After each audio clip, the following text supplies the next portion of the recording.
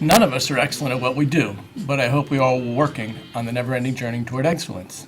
That journey's success, to some degree, should be measured by student achievement.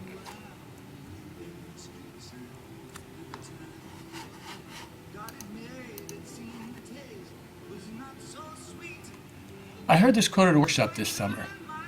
Are you on that journey?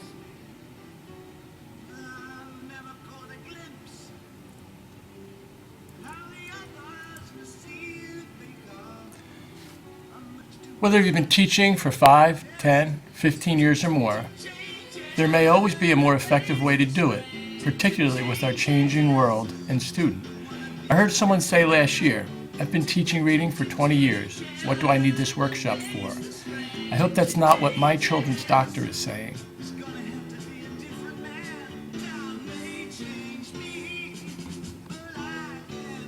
This is how we'll do our faculty meetings this year. You can do it at your leisure, the day before scheduled meeting, view the faculty meeting page, sign the Google Doc, and initial the Google Doc on that page.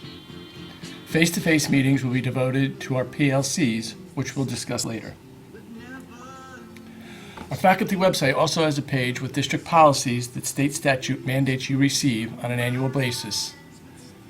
Once you have viewed a policy, click on the Google Doc at the top, initial by your name, and be sure to click Save. Also, in order to access these Google Docs, please sign up for a Gmail account if you don't have one. It's simple and we use several Google apps, including Google Docs and Google Calendar. Google Docs will allow us to sign in and off on certain requirements.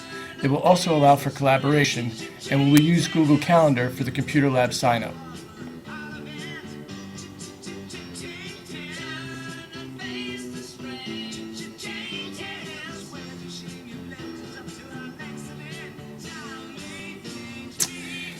If you were assigned an aide, I suggest you share your expectations on the very first day. It gives them direction and boundaries, but more importantly, it will make it easier to confront them should they overstep those boundaries. Let me get these out while we're here.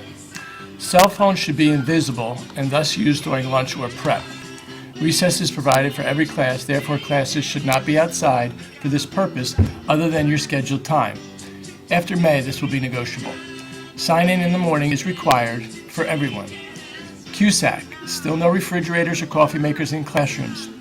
We are professionals, we should dress like professionals. There will be ample dress-down days. Doctor and dentist appointments, etc., should be made whenever possible after school hours. I understand there are mitigating circumstances. I am certainly flexible regarding these sometimes unavoidable conflicts. I only ask you to also be flexible should Dave or I request. Lastly, if the faculty meeting is scheduled for 3:15, please arrive by 3:10. Simple reminders, please keep your websites up to date and make sure your homework is posted. Please arrive at your assigned duty promptly, bus duty, cafeteria, recess, and all others. Everyone should be visible at their door when students arrive in the morning. Lesson plans. To make it more efficient and easier for Dave and I to review, please use the following format. When you write your lesson plans, use the COPE. C for content, O for objective, P for procedure, and E for evaluation. Teacher observation and evaluation. Obviously, the main purpose of teacher observation is to promote professional growth and development. To me, this is hard to do in a 35-minute snapshot. There are two other methods I believe are more effective in meeting this goal. The first one is the 3-minute walkthrough. I have placed a short PowerPoint on the Alpine Wiki to give a brief overview, but feel free to discuss this process with me.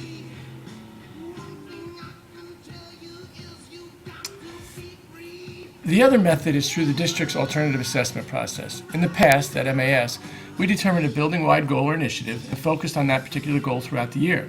For example, one year we emphasized Kagan's cooperative learning structures. Several teachers had taken graduate course and were able to provide a workshop for the entire staff.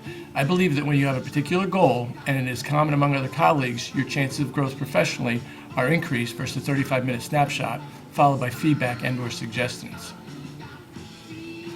Please understand that the journey to excellence is never ending, regardless of the number of years experience. As pointed out in the quote regarding the doctor of 100 years ago, education and adaptation are never ending if you are truly on the journey. Whichever method of evaluation you prefer is your choice. The alternative assessment and the 3-minute walkthrough are both based on professional growth through collaboration. The state now mandates, based on research, that we will all participate in professional learning communities. Our PLC committee at Alpine, which is listed on the Alpine Wiki, will discuss and present more on this at our September faculty meeting. But in the same way we choose a focus for growth with our alternative assessment, you must choose a focus group to participate in throughout the year. These can be one of the same for the alternative assessment and your PLC.